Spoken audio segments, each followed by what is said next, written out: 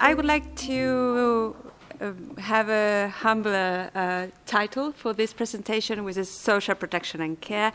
and tie my presentation to the SDGs. There are 3 places in which the SDGs mention social protection.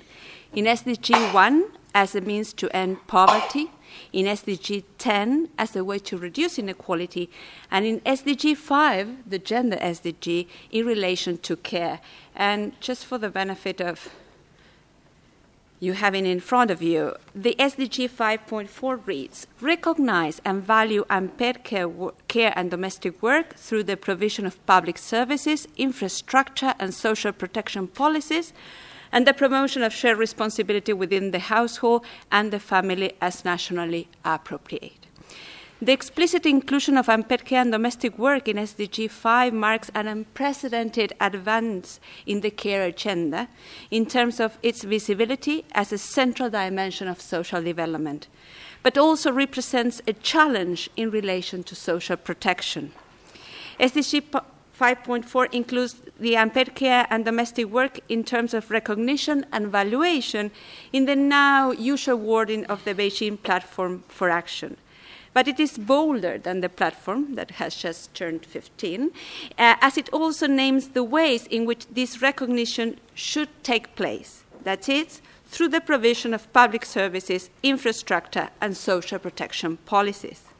Without saying it, SDG 5.4 is mentioning the ways in which unpaid care and domestic work can be redistributed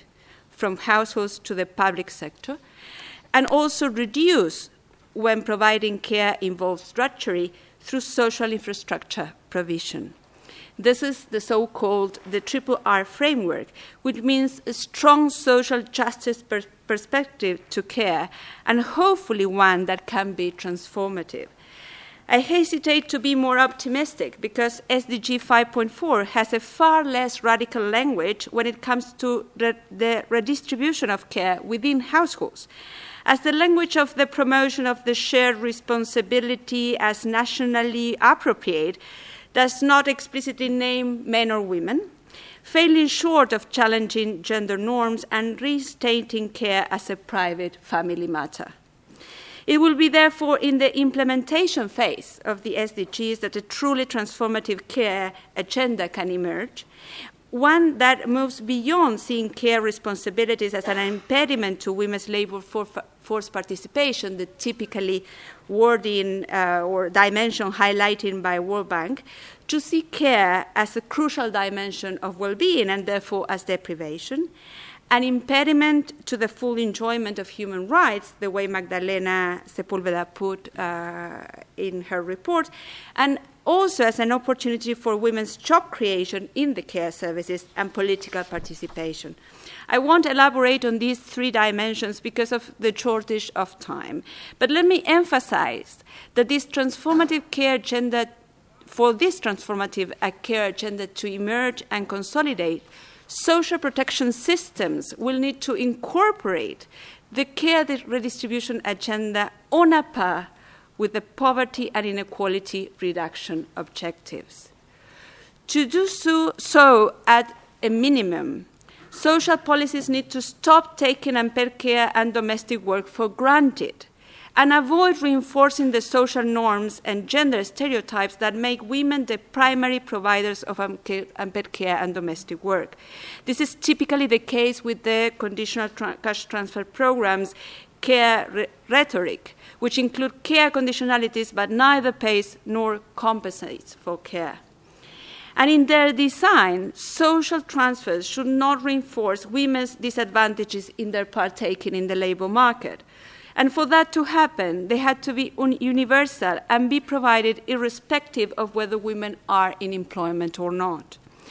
Lastly, universal care services have the potential to alleviate women's unpaid care and domestic work burdens if they cater both for the needs of the caregivers and their dependents, and if they generate decent employment conditions for care workers. Incorporating a care lenses in social protection systems design opens a window for dialogue across sectors be it health, education, water and sanitation, or social security, that is proving particularly fruitful in several cases in Latin America, in particular Uruguay, where Andres comes from. Indeed, taking the transformative care agenda on board will make social protection systems contribute to gender equality, and in so doing be more just and more equitable in the achievement of poverty alleviation and inequality reduction objectives. Thank you.